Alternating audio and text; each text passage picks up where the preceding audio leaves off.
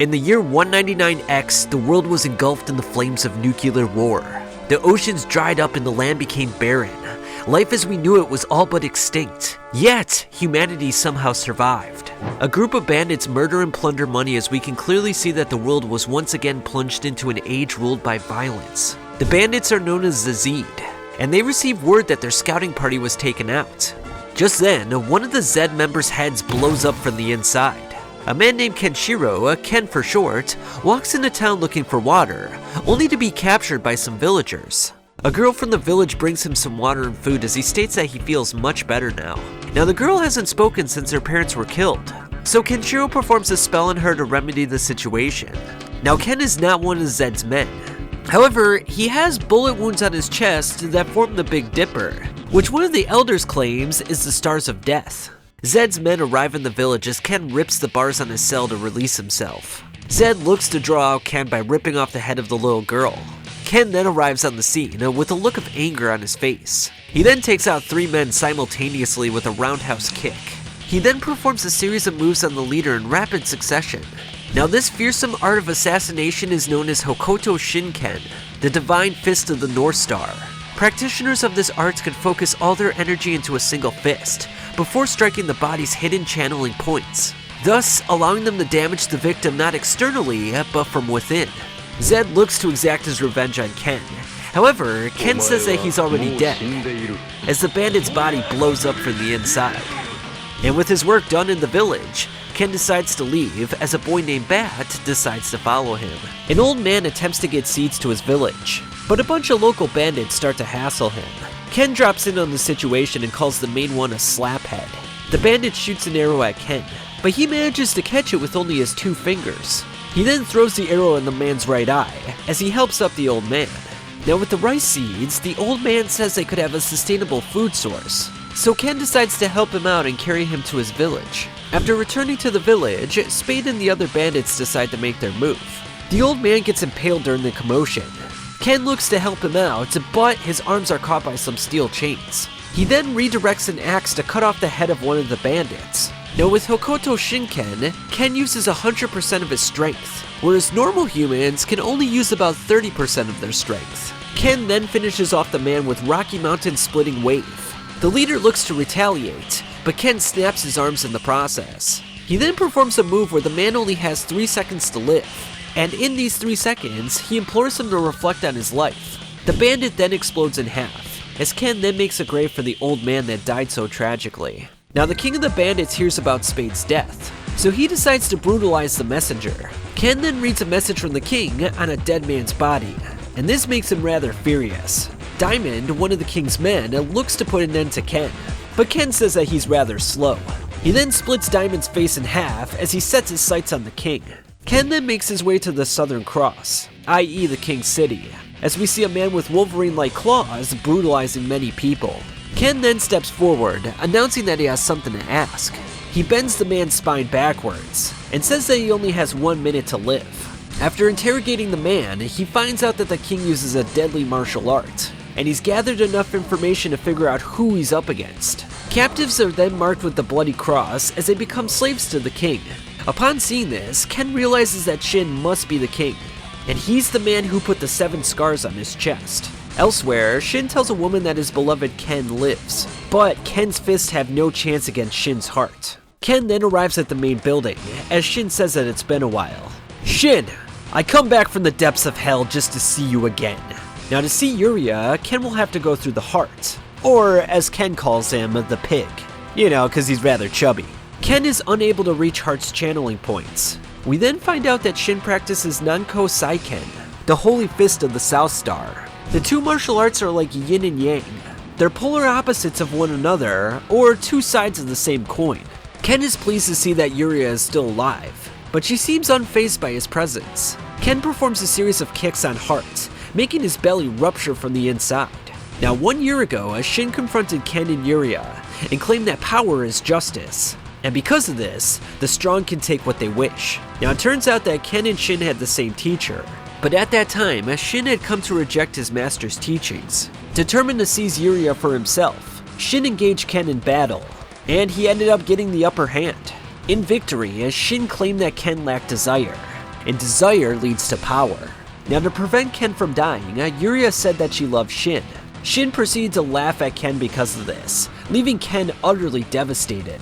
In the now, Ken catches Shin's arm, saying that obsession has led him to this moment. Now it seems like Ken has surpassed Shin, so Shin decides to eliminate Yuria. Enraged by this, Ken punches through Shin's hand to land a blow on his chest. And with Shin defeated, Ken reveals that it was rage that beat his obsession. Shin then reveals that Yuria never accepted him after their first battle. And even after conquering the Southern Cross, Yuria's feelings remained unchanged. So she decided to commit suicide by jumping off of a building. And because he couldn't make Yuria his, he will now kill himself before Shin can kill him with his fist. Now even though the two were enemies, Ken still digs him a grave. And he's doing this because they love the same woman. Ken and Bat then arrive at an oasis, a place where they have water and plenty of food. A large man wants to eat for free, so he threatens the owner. Ken decides to subdue him and says that if he wants to eat, he needs to work like everyone else. While collecting their reward, some malicious police officers break into the establishment. Bat then informs Ken that they have Rin from the previous village, the girl that helped out Ken in the first chapter. Now it turns out that the officers believe that they are part of a superior race. I mean, they kind of look like Nazis, so I mean, you could kind of put that together. Now to reproduce their superior race, they start stealing women from around the area. Now when the fathers of the daughters attempt to save their children, the officers make an example out of them by cutting their heads off. Ken has definitely seen enough, so he uses a pair of nunchucks to take out several officers. And by striking specific channeling points, he makes one of the officers cut off his own head. And with this, Ken and Rin are reunited. Now it's not all roses. One of the girls screams in terror because she just lost her father. Ken then touches a specific channeling point on the girl to calm her down. It basically just knocks her out, but you know, his heart's in the right place. Ken then heads to God's Land to take down the fanatical officers. He walks in nonchalantly when they're training and claims that he's the god of death. The Mad Sarge chucks a sharp object at Ken, piercing his skin on contact. With several needle knives in Ken, it looks grim, but Ken merely flexes his muscles as they get pushed out of his skin. Mad Sarge commands his men to take him out, yet Ken's power is simply too much for them. The Mad Sarge attempts to take him out with his knife, but Ken dodges flawlessly and even puts the Sarge on his back. Now with Ken's back turned, Mad Sarge attempts to ambush him, but as it turns out, you know, you get the drill, he's already dead. On his way to the Colonel, Ken encounters a slew of new enemies. He takes care of them with ease as the Colonel steps forward. Now we learn that the Colonel loathed his superiors, and because of their foolishness, they eventually got themselves killed. The Colonel's men, however, were spared, and that leads him to believe that they are part of a master race, that they are chosen by God. Now the Colonel is able to read Ken's movements, almost like he's predicting them, and this allows him to slash Ken's knees. The Colonel throws his blades at Ken, but Ken not only dodges them, he destroys them. He tells the Colonel that he lost everything, so he no longer has any objectives. Ken throws a myriad of kicks at the Colonel, but the Colonel manages to dodge them all. Ken then clears his mind of all intention, and he's doing this to prevent the Colonel from reading his movements. This allows Ken to take down the Colonel, and it's all thanks to the assassin blood of the Hokuto Shinken, the very blood that is coursing through his veins. Ken uses his body to shield Rin as the Colonel discovers that he's now blind.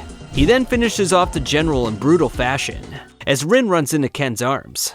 Later on, Ken saves a kid from a fatal fall, as the child believes that he must be God.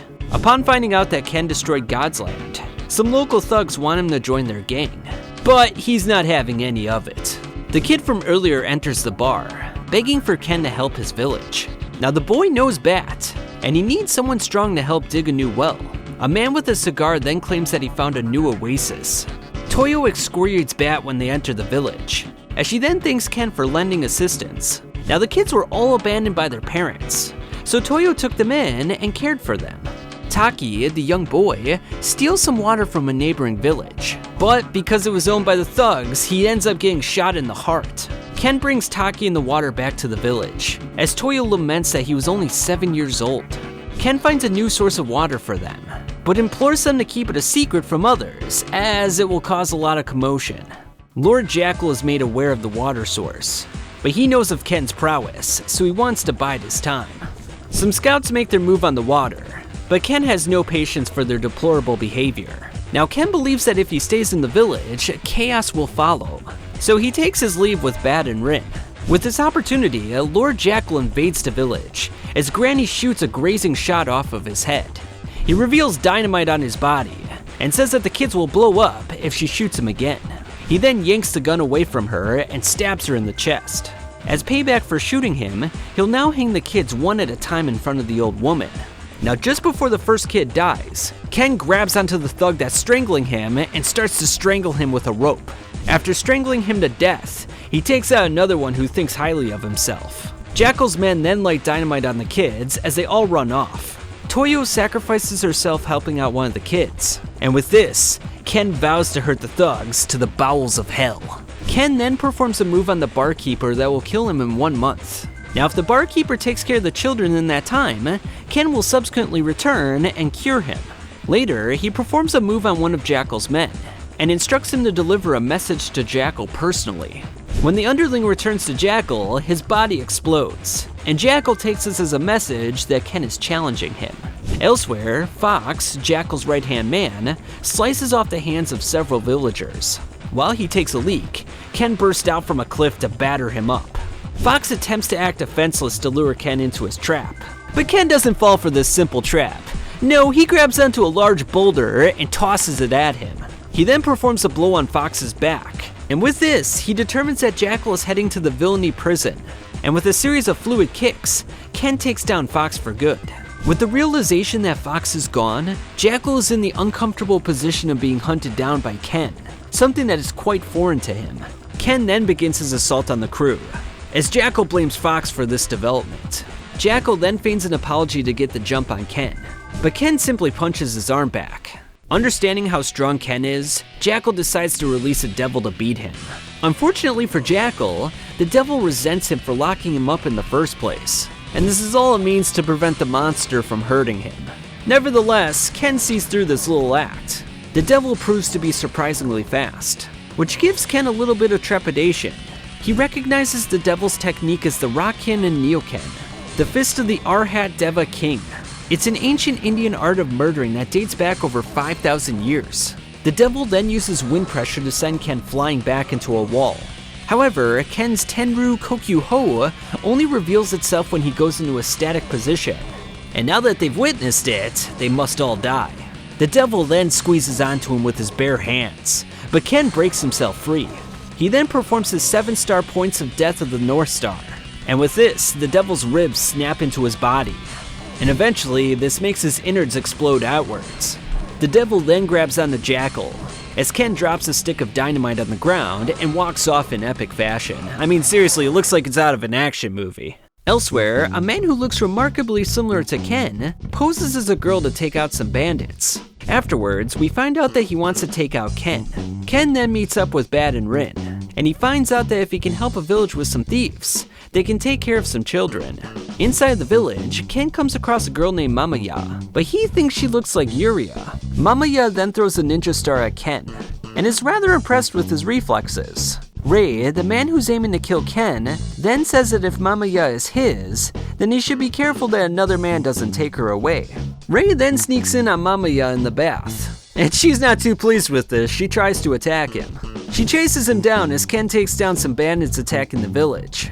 Ray witnesses Ken's divine fist of the North Star, which makes him quite shocked. He then reveals that he will kill the man with the 7 scars on his chest. The bandits then hold up one of the children as a hostage, and with this, they threaten to slaughter the entire village. They slice up Ko, and say that the same thing will happen to the women and children of the village. Surprisingly, it's revealed that Ko was Mamaya's own sibling. She cries over his grave as she remarks that it was his 15th birthday today.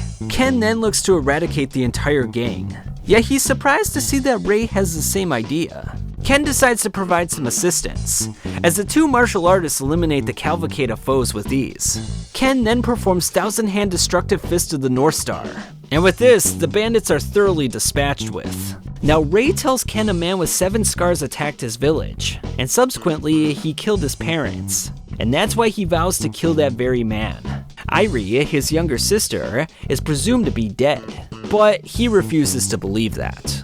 Ken then wonders what Raoh would do if he had the 7 scars on his chest. But Raoh just merely thinks that this is a joke. I mean, there's no way that Ken would have 7 scars on his chest, right?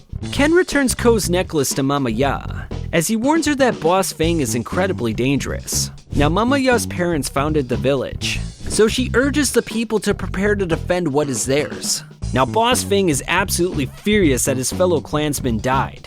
He calls them his family. So because of this, he wants to search out the relatives of Ken and Raoh and get some payback. Now, Raoh sees his sister in Mama Ya, so he doesn't want her to recklessly lose her life in battle. Although Raoh says that she'll die if she comes, Mama Ya still decides to help out. Boss Fang then approaches some thieves, the ones that are holding Irie captive. The leader attempts to smash his face for his insolence, but Boss Fang remains unfazed. Fang then pulverizes his head with a series of headbutts, as his underlings secure Irie. While Ken's crew is camping, the 3 of them are visited by Irie. Raoh attempts to get her attention, but she seems resistant to this. After confirming that it's him, she reveals that she poisoned her eyes the day that she thought she lost everything. Raoh then moves in to embrace her, but that's when Boss Fang pulls her away on a rope, and says that she is now at his mercy. He cuts into Irie's chest, as he releases a blood-hungry Madara on Ken. Ken then strikes a channeling point in Madara's cheek, preventing the beast from biting people to death. He then kicks the beast in the mouth, as Boss Fang wonders if Ken is actually the god of death. Boss Fang informs Ken that Madara's claws can tear through stone. Ken then bends the monster's hand backwards, and pulverizes his head with his fist. Boss Fang orders Madara to withdraw, but that's when Ken informs him that he's already dead. To prevent Boss Fang from killing Irie, Mama Ya pretends to be Ken's fiancée.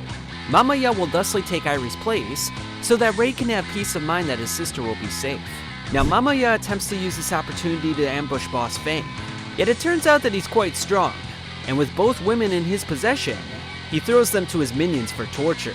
The minions thusly tie them up, and throw knives at them as if it were some kind of game.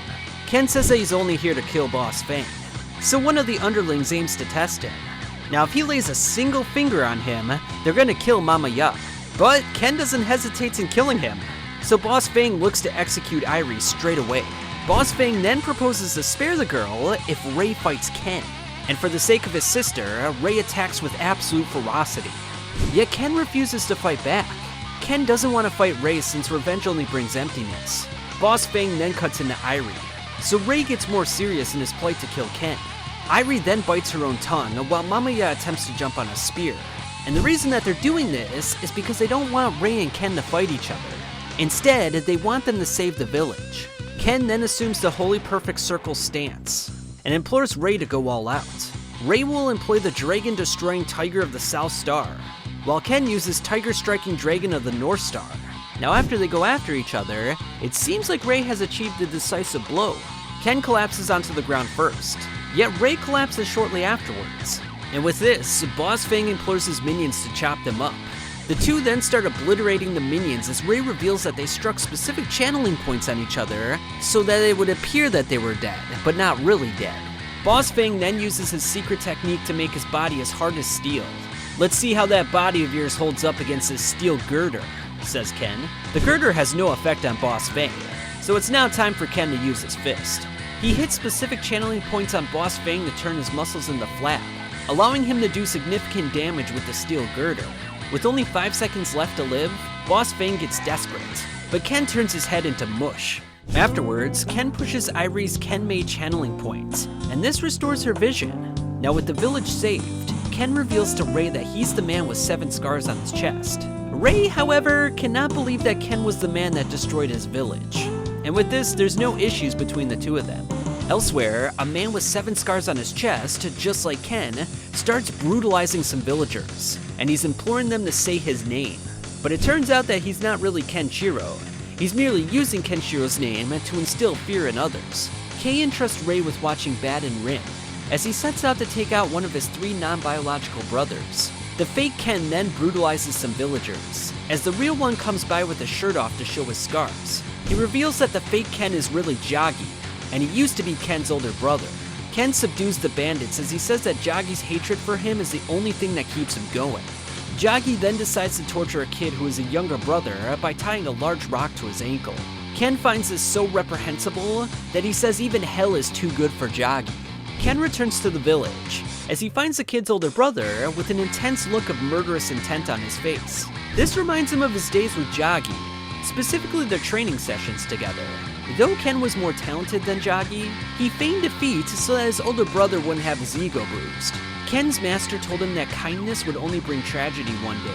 Ken then allows the older brother to shoot him, as he says he'll pass his pain on to Jagi. He then tells Jagi to pick a location, and to choose very well, since it will be the place that he dies. Jagi then takes Ken to a private area where they can battle uninterrupted. In the past, Jagi was furious that Ken was chosen to be the successor of the Hokuto Shinken. Now the Fist of the North Star is passed on to one and only one successor, so Ken must make sure that it doesn't fall into the wrong hands. Jagi could not accept this quietly, so Ken made sure to put him in his place. In the present, Jagi pretended to be Ken so that he could entice him into another duel. And he's doing this because he's lived with hatred in his heart ever since he lost to him in the past. Jagi then employs Fist of the North Star techniques, but it's no match for Ken's technique. Now Ken has ended Shin's life, and he aims to put a stop to Jagi's reign of terror as well. Jagi spills oil in the arena, and lights it with a match to hopefully burn Ken alive. He then reveals that he tricked Shin into going after Yuria, and it was all a means to eliminate Ken. Enraged, Ken punches the ground, causing Jagi to fall into the resulting crevice. "Jagi, say my name," exclaims Ken. Jagi attempts to use Nanto Senken on Ken, but he promptly receives a boot in the face. Ken then hits Jagi's Ryogan channeling points, making all his nerves hypersensitive to pain. Ken then lands a critical blow as Jagi's head bursts open in a most gruesome fashion. Before dying, yeah, he's still alive at this point, Jagi warns Ken against the two older brothers, to which Ken is pretty surprised that they're still alive. Ryokan, the previous successor of the Fist of the North Star, was not blessed with a son, and as such, he adopted 4 sons so that one of them could carry on his legacy. And of these 4 sons, there's Ken, Jagi, Toki, and Raoh. Ken now wants to focus his efforts on finding Toki first. After taking out a bar thug, Ken asks a man about the Village of Miracles. Now Toki was the savior of the village, and that's because he could cure permanent ailments with just the touch of his hands. But he eventually turned into a murdering lunatic who referred to the people as guinea pigs. Elsewhere, we find out that Toki wants to use his 2 hands to reinvent Ken. He wants to reinvent the Fist of the North Star. He then immobilizes a former heavyweight boxer with a precise blow to the forehead. He then meets up with Ken to explain that he wants to use Hokuto Shinken to relieve the world of suffering. He then goes back to torturing the former heavyweight boxer, as we can see that he's truly a vile man. Toki's specimen hunting party then wants to place a bet against Ken. But Ken wants to make things interesting. If they're gonna bet, he wants them to bet with their lives. They're gonna have an arm wrestling contest with saws on the table to raise the stakes. One of Toki's lackeys wins in a rather convincing fashion, as the loser screams in pain. When Ken takes his turn, he bends the man's arm completely backwards, breaking the bone. After smashing another lackey against a pillar, he demands to be taken to Toki. A mother and father beg for Toki to save their dying child. After stabilizing the child, Toki says that he will now kill the father. He then tosses a sword at the wall, as it's revealed that Ken was hiding there while using one of the lackeys as a shield. Ken then reveals that Toki killed the child, as he throws a flurry of punches at his older brother. As it turns out, Toki is much stronger than Jagi, as he perfectly reads all of Ken's movements. Now it turns out that Toki used to be a kind-hearted soul, but that all changed when some savages brutalized the village that he saved. That's when he realized that his dream was nonsense, and that the true path of the Hokuto Shinken was that of an assassin. Toki kills the father by hitting a specific channeling point, and this leads Ken to leap at his older brother in a fit of rage. Again, Toki does well to parry this. We then learn that Toki saved Ken from some falling logs in the past. And I gotta say, this is kinda similar to that moment in Berserk when Guts is training with some logs by a waterfall, so kind of a cool little reference by Kentaro Miura. But unlike the past, it's now his savior that wants to kill him, leaving Ken no choice but to kill yet another brother. Ken cuts Toki across the bridge of the nose, as he then vanishes from plain sight. Desperate, Toki uses the boy's mother as a shield to prevent Ken from killing him. By hitting a specific channeling point, Toki restrains all of Ken's movements, allowing him to punish him as he pleases. Ray bursts onto the scene as he states that Toki is an imposter, and his real name is Amoeba. Amoeba continues to toy with Ken as he demands praise for his genius. However, Ken flexes his muscles and proceeds to stand up with an absolute look of ferocity on his face. If the real Toki had struck those points, I could never have countered, says Ken. In a flashback, we learn that the real Toki was a kind-hearted man. Amoeba, on the other hand, used his reputation and turned him into a murderous demon. Ken then performs the remaining remorse walk fist, a technique that forces his opponent to walk backwards involuntarily. And with this, Amoeba walks straight off of the building and explodes in midair. When Ray found out that Amoeba was the fake Toki, Mama Ya went out to search for the real one. Unfortunately for Mama Ya, anyone who's searching out the real Toki is to be killed on the spot. Ken comes onto the scene, as Mama Ya reveals that Toki is being locked up in a place called Cassandra, and these scumbags are the executioners. Ken puts the guards to sleep, and that's not an innuendo for killing them, he actually put them to sleep. He then rizzes up Mama Ya by helping her off of the ground. Unfortunately, he tells her to go home, as this is his problem to deal with. Despite her unrequited feelings, she still follows Ken to Cassandra, the city of wailing demons. Now it is said that once you become incarcerated here, that you'll never come through the gates alive.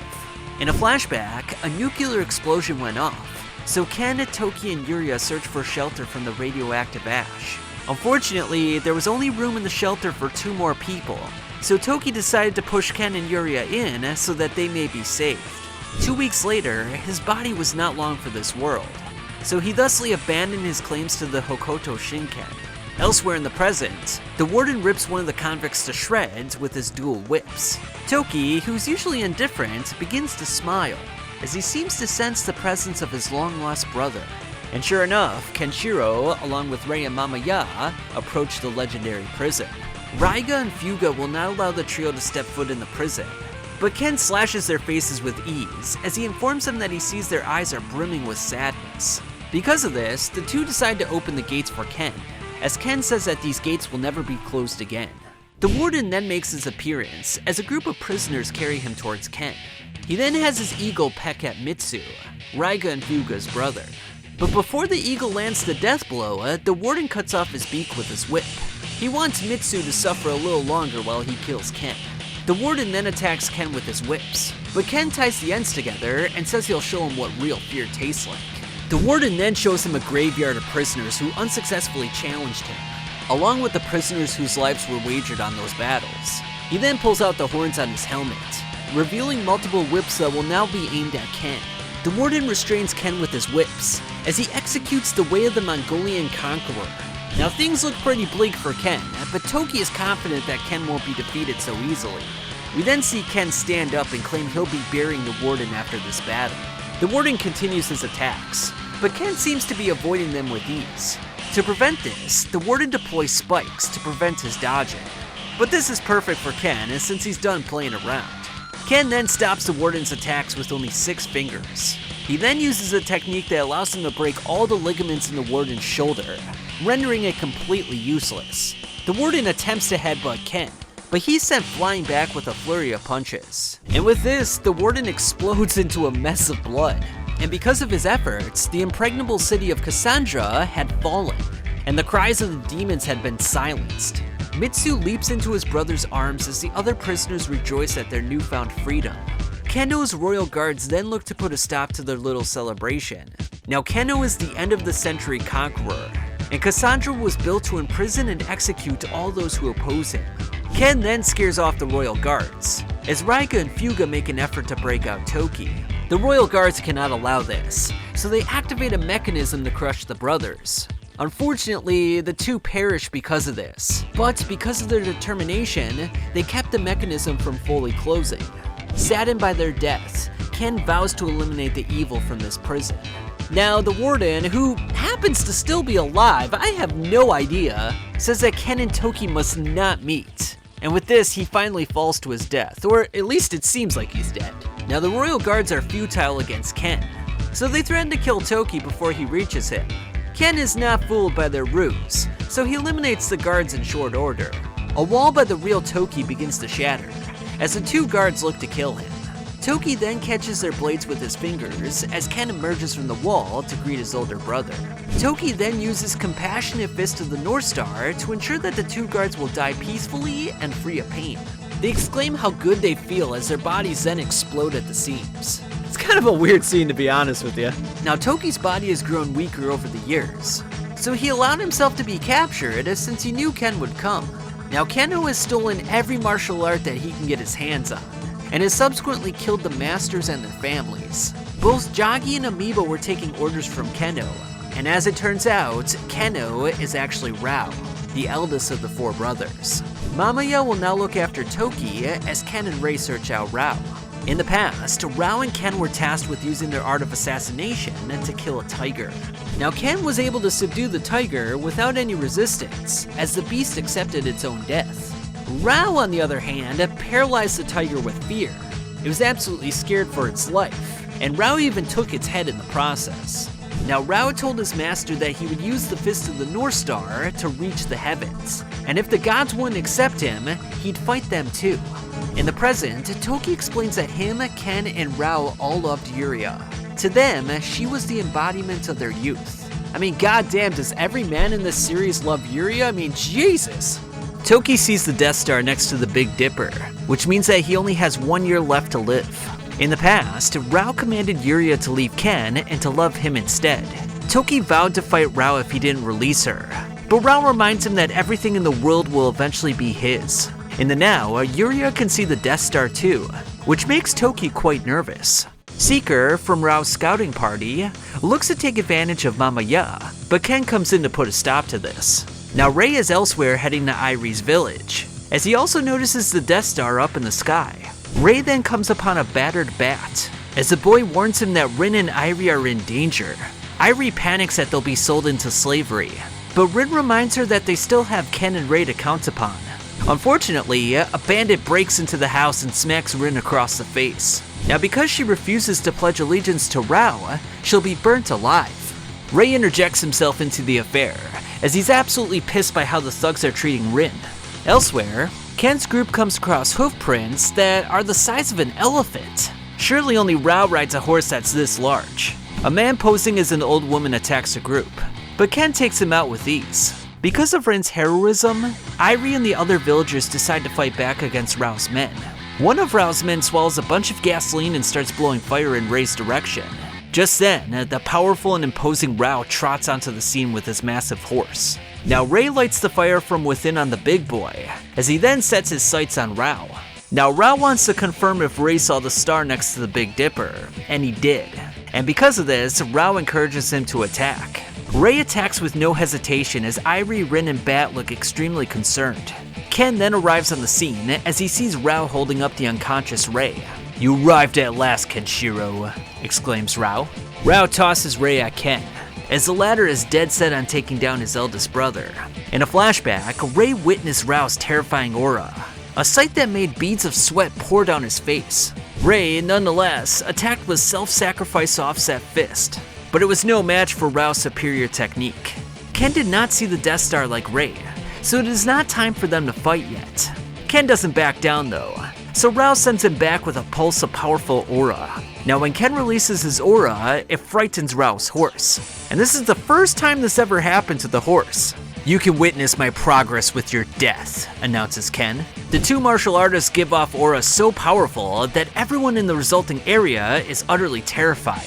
After their first exchange, the two both draw blood on the other's faces. Raoh reveals that Ken would have died if not for the arrow that Rei shot at him. He reveals that he struck Rei's Shinketsu's channeling point, and he only has 3 days left to live. An indentation then forms on Ken's chest, as he coughs up copious amounts of blood. Raoh then reveals that his fist only fears one thing, the fist of Toki. Elsewhere, a big oaf attacks Toki with a pair of steel rods. Toki subdues the oaf, as he explains to Mama Ya that Raoh is still more than Ken can handle right now. This is why Toki was kept separate from Ken, so that Ken wouldn't learn the technique to defeat Raoh. Despite the odds, Ken punches Raoh's horse across the face, and implores Raoh to step down. Toki says that Ken has less than 1% chance of defeating Raoh, and he must survive to watch over these times. Raoh is callous beyond compare, In fact, it was him that killed their adoptive father, Ryoken. In the past, Raoh refused to obey the laws of the Hokuto Shinken, so Ryoken obliged himself to close his fist permanently. Ryoken used a technique that mimicked the Big Dipper, and this allowed him to take advantage of Raoh's 7 blind spots. Before Ryoken could close his fist, however, he suffered from a heart attack, thus allowing Raoh to finish him off for good. In the now, Raoh dismounts from his horse and says that death is the only thing awaiting Ken and Toki. Ken embraces the challenge, but Toki strikes a channeling point that makes Ken's body go still. Toki will now take on Raoh, and he implores Ken to watch this fight closely. Toki strikes a stunning blow on Raoh's neck, as the latter is surprised by his strength. Raoh then stabs his own foot, along with Toki's foot, so that the latter can't run away. Rin cries for Ken to save Toki, as Ken begs for Toki to release him. Raoh understands that Toki's sick body can't handle the blood loss, so he only needs to wait at this point. Now Toki wants his death to serve as Ken's strength as he walks the path of the successor. Toki manages to strike a critical blow on Raoh's abdomen, but this allows the latter to catch both of his arms and effectively restrain him. Mamaya wants to shoot Raoh with an arrow, as he'll retaliate if she does so. Ray then announces that he loves Mamaya and begs for mercy. Raoh then redirects the arrow at Mamaya. Nonetheless, Ken comes in to use his body as a shield. It was the heart that broke Toki's shackles, Raoh. It's not the heaven you will grasp, but the Death Omen star. Ken goes absolutely berserk as Raoh pulls out the dagger from his foot. The two exchange critical blows, as Toki remarks that much blood will be spilt in this fight. Eventually, as so much blood is spilt that there's only enough for one last attack. After their final attacks, they've reached a standstill, with no clear winner. So Toki implores them both to stand down. Now despite being in severe pain, Raoh refuses to kneel down. And with this, he rides off, as they surely will do battle on another day. Ray then begins to scream from the excruciating pain coursing through his body. And with only 3 days left to live, all that's left for him now is to decide how he wishes to die. Mamaya makes her way to Medicine City, a savage place that creates miracle drugs for Raoh. Now with Raoh's reign of terror over, Lord Galf, the dog whisperer, looks to start his own reign of terror. Toki then warns Ken that Mamaya has also seen the Death Star, as Ken decides to make his way to the Medicine City. Irie wants her brother to live for himself in these last 2 days that he has left. Ray's body continues to fail him, as Ken comes along to give him a helping hand. Elsewhere, Mamaya gets captured by some thugs in Medicine City. Because Mamaya hurt a dog that was attacking her, she's gonna receive tenfold the amount of pain that the dog received. Ken and Ray arrive to kick one of the thugs onto a bed of spikes. While Ray helps out Mamaya, Ken remarks that it's sad that he doesn't know that she also saw the Death Star. Ken literally just glares at the dogs menacingly, and they all run away in fear. Ken then beats down the boss, as Ray explains that he used a martial art known as Hokuto Shinken, which, as we already know, means he's already dead. Ray then sees Yuta's brand on the back of Mamaya's shoulder. It turns out that she has the same brand carved over her heart, which means she's condemned to eternal fighting. We then see Yuta, who is obsessively focused on his physical appearance, and he also believes that there is no one stronger than him. And bro, I mean, this guy looks exactly like a roided out Griffith, I mean, god damn. Now when he sees that one of the women has a scar on her forehead, he discards her since she's no longer perfect. Now on Mamaya's 20th birthday, Yuta and his men came to her village and stole her away. Yuta then tore Mamaya's parents to shreds, as the village was helpless to do anything to save her. And since that day, she ceased being a woman and instead turned into a warrior. Yuta and Ray are both practitioners of Nanto Saiken, so Ray resolves himself to finish this himself. Yuta, the ideal man to crown my end, says Ray. Ken asks Yuta's men where Yuta is, as he tosses one of them into a brick wall. The two eventually make their way to DeGale, Yuta's field officer. Now Yuta is not here right now, as Ray remembers that Yuta's star is the one of enchanting, i.e. the star of betrayal. And before we move on, I just want you guys to consider something. Yuta looks like a girl, is very beautiful, carved a scar into a woman's chest, and his star is the one of betrayal. I mean, I feel like Miura took this template and used it for Griffith's character. He betrayed Guts at the Eclipse. As a result, the brand of sacrifice got carved into Casca's chest right by her heart. And Griffith has long, beautiful hair and is just considered, you know, beautiful beyond compare compared to anyone else. So It just feels like Miura really took that template from Yuta and used it for Griffith. Anyway, back to the story. Ken performs a move onto Gale so that he feels the same amount of pain as Raoh, which makes him reveal that Yuta is in Blue Town. With the Star of Death growing brighter, Raoh needs to hurry up to Blue Town. Mama Ya then gives some medicine to Toki, as he instructs him to give it to Raoh. Now as it turns out, Yuta is not in Blue Town right now. He stayed behind to get a glimpse of Ken's fist. Now, most people label Yuta's star as the one of betrayal, but he says it's actually the incarnation of beauty and strategy that moves the very universe itself. He then eliminates his own field officer as he feels confident that he has the knowledge necessary to defeat Ken. Toki then tells Raoh that there's a pressure point that can prolong life.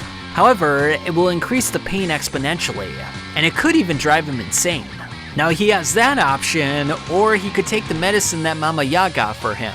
And it's medicine that would give him a quick and painless death, that way he wouldn't have to suffer anymore. Yuta then confronts Mama Ya as the latter becomes quite scared. Toki then hits the pressure point, as Raoh feels a deluge of pain through his body. Irie can't take the screams of Raoh anymore, so she urges her brother to take the medicine already. Raoh then emerges from the room as his hair is now all white. Word then comes in that Yuta captured Mama Ya.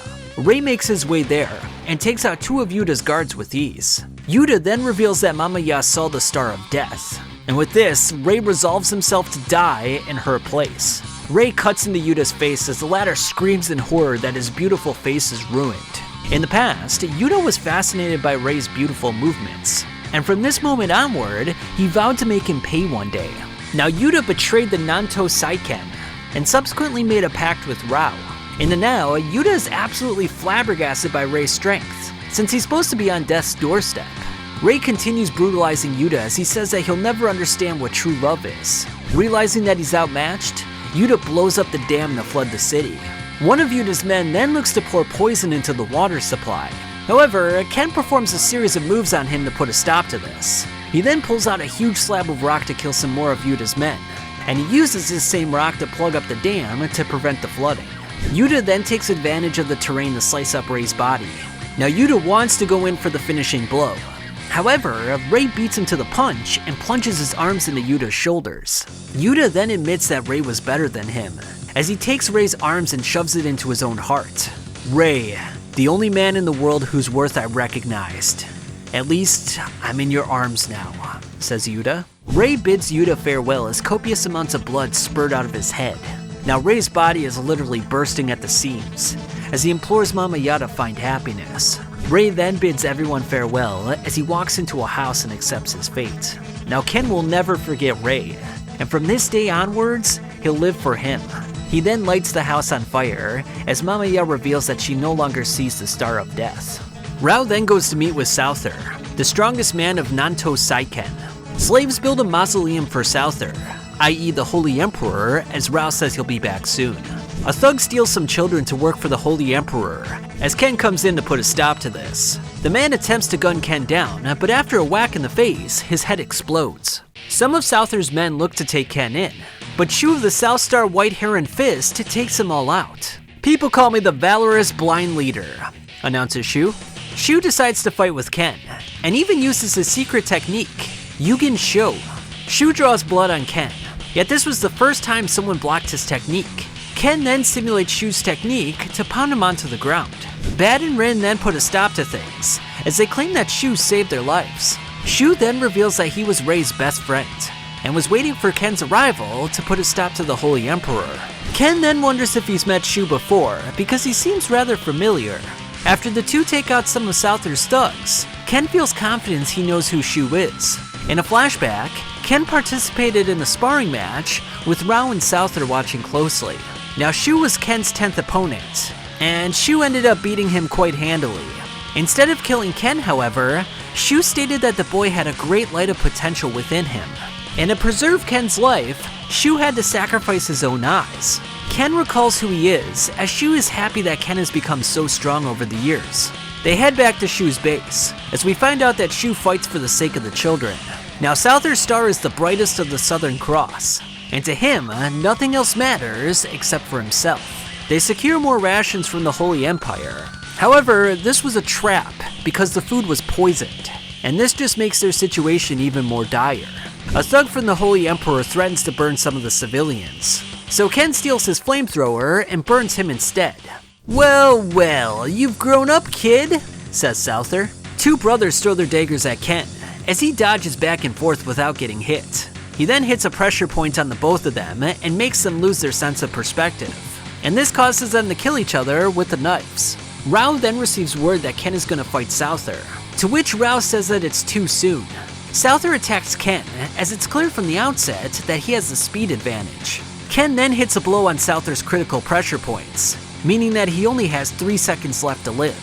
Unfortunately, Souther is unaffected after the 3 seconds, as blood then spurts out of Kenshiro. "I am the Emperor. I am completely different from you. God gave me this immortal body." Souther ends up winning the battle, as we later see Ken chained up in the mausoleum. Shiva, the son of Shu, then knocks out some of the guards in an effort to save Ken. While they escape the mausoleum, Ken coughs up copious amounts of blood. Shiva then decides to sacrifice himself by serving as bait, so that Ken can escape with his life. After Shiva blows himself up, Ken is traumatized by this development, but he realizes that he must live on so that his sacrifice wasn't for nothing. Now things look pretty desperate for Ken. It even looks like he's gonna die. But in a surprising turn of events, Raoh comes in to save him. He states that Ken must unravel the mystery behind Souther, so that he, Raoh, can defeat him. Ken rests up for a bit, as Shu implores him to provide the eulogy for his son Shiva. Souther's men ambush Shu's hideout, so Shu implores Bad and Rin to escape with Ken in a secret underground channel. Shu then confronts Souther, and says that if he can't defeat him, he'll transform into a Sura so that they both cease to exist. Shu then finds himself surrounded by a cavalcade of enemies, but he manages to take them all out with precise movements. He then reveals he doesn't sense attacks with his eyes or ears, but rather with his heart. He makes a beeline for Souther, but the Holy Emperor catches his fist before he does any damage. Souther then cuts the nerves in Shu's legs, rendering him all but useless. Now Souther's minions prepare to cut him down, as Shu cries out for Ken's help.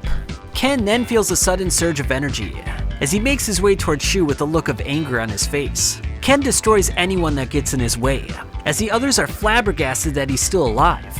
Ken then flexes his muscles to make the wounds on his chest close up, as Souther's minions consider him a real-life monster. Raoh then receives word that Ken is to do battle with Souther again, but he says that it's much too soon.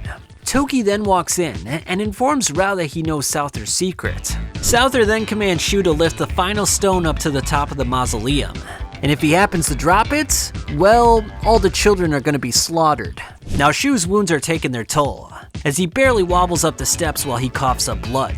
"Even if I run out of strength, I'll carry it with my spirit," says Shu. Rizzo wants to wrap up Shu's wounds, and Souther says that he'll allow this. However, only on one condition. If he wraps up Shu's wounds, Rizzo's gonna have to sacrifice himself and his family. And obviously, Rizzo can't do this. Elsewhere, Raoh and Toki arrive on the scene, as the latter will focus his efforts on opening up a path for Ken. Even though Toki's body weakens day by day, his techniques still remain as potent as ever. Shu then makes his way to the summit, as he senses that Ken is on his way. And sure enough, Ken makes his way onto the scene in all his glory. Toki says that if they do not allow Ken to pass, then him and Raoh will punish anyone who is responsible. Upon reaching the top, Shu's feet are shackled up by some guards, which means that he'll eventually have to drop the rock and all the children are going to be slaughtered. Though his time is short, he vows that the successor of the Hokuto Shinken will destroy this mausoleum. Arrows are shot into Shu's body, as Shu wishes that he could have seen Ken with his own eyes. Souther then provides the coup de grace by tossing a spear straight through Shu's heart. Now even though he's about to die, Shu's vision miraculously returns to him, as he now sees the face of Shiva and Ken before him. Shu then implores Ken to open up a new era, as he bids him a final farewell.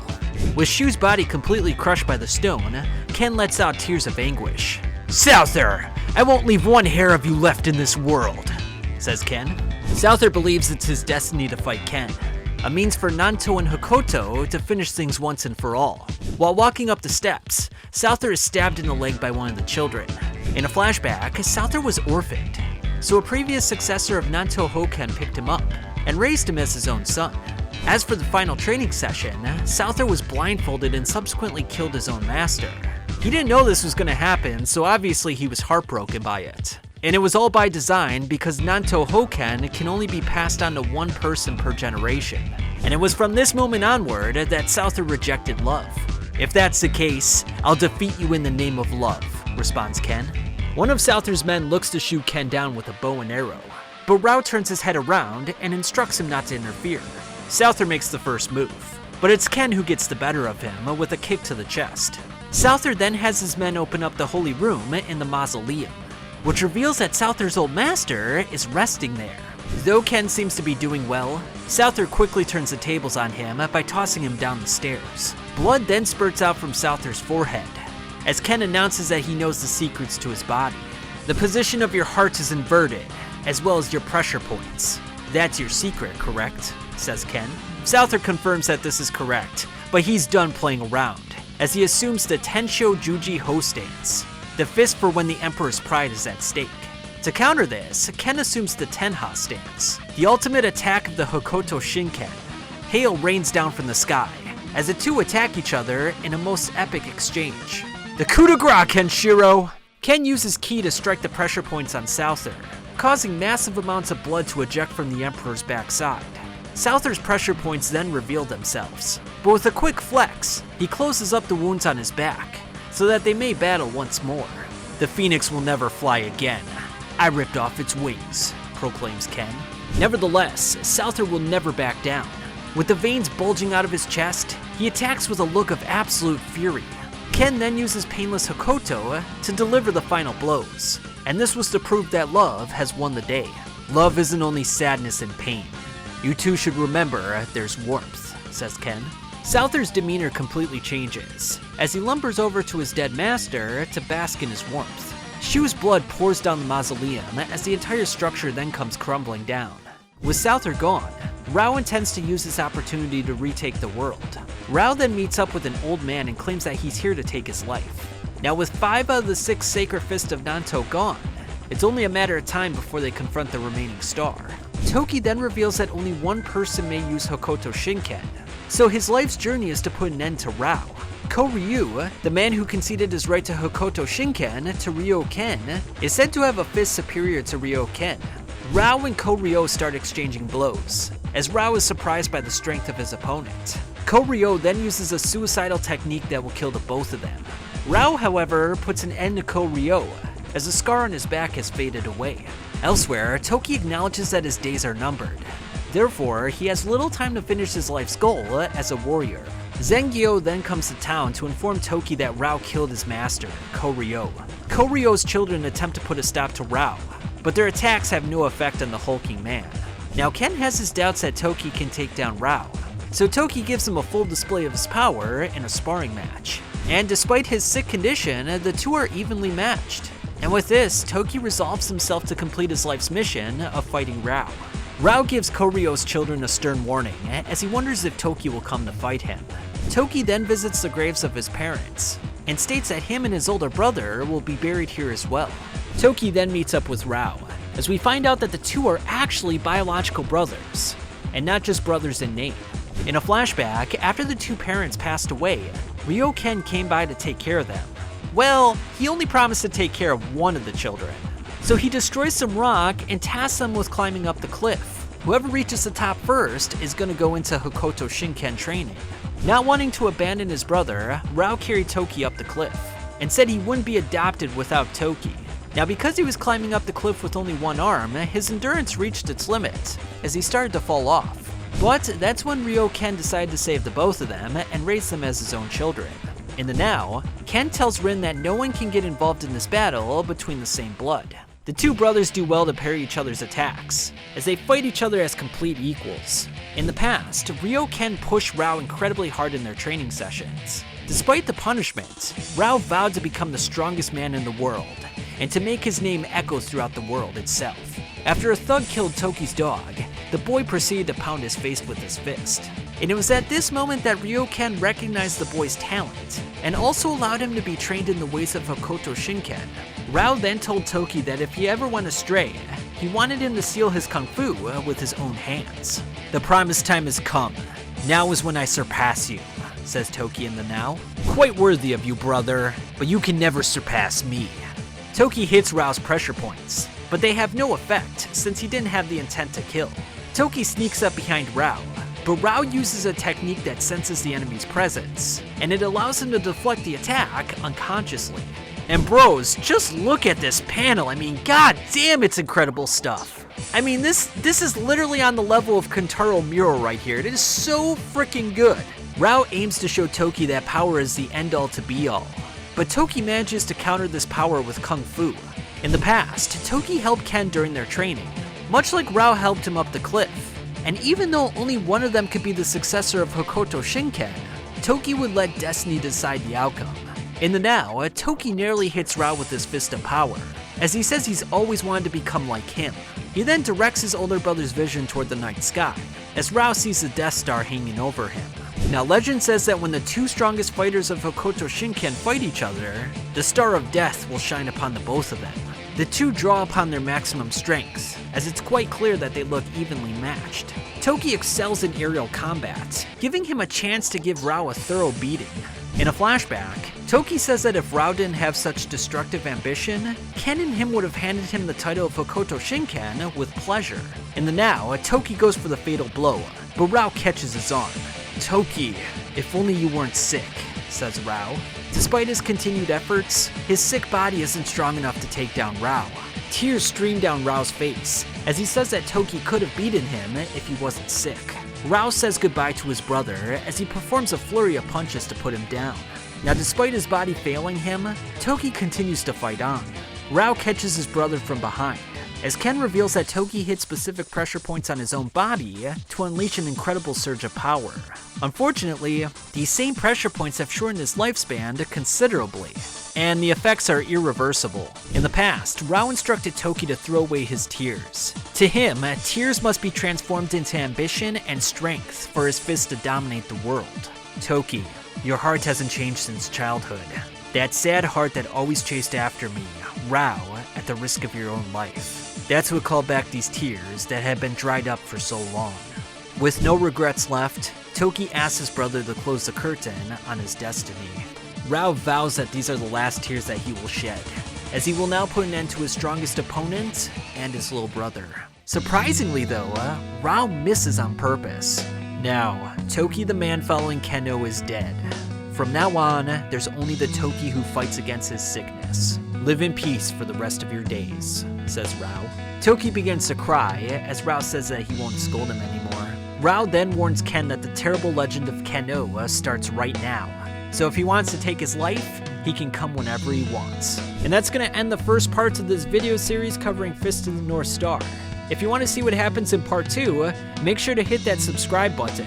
But until next time guys, I'll catch you later.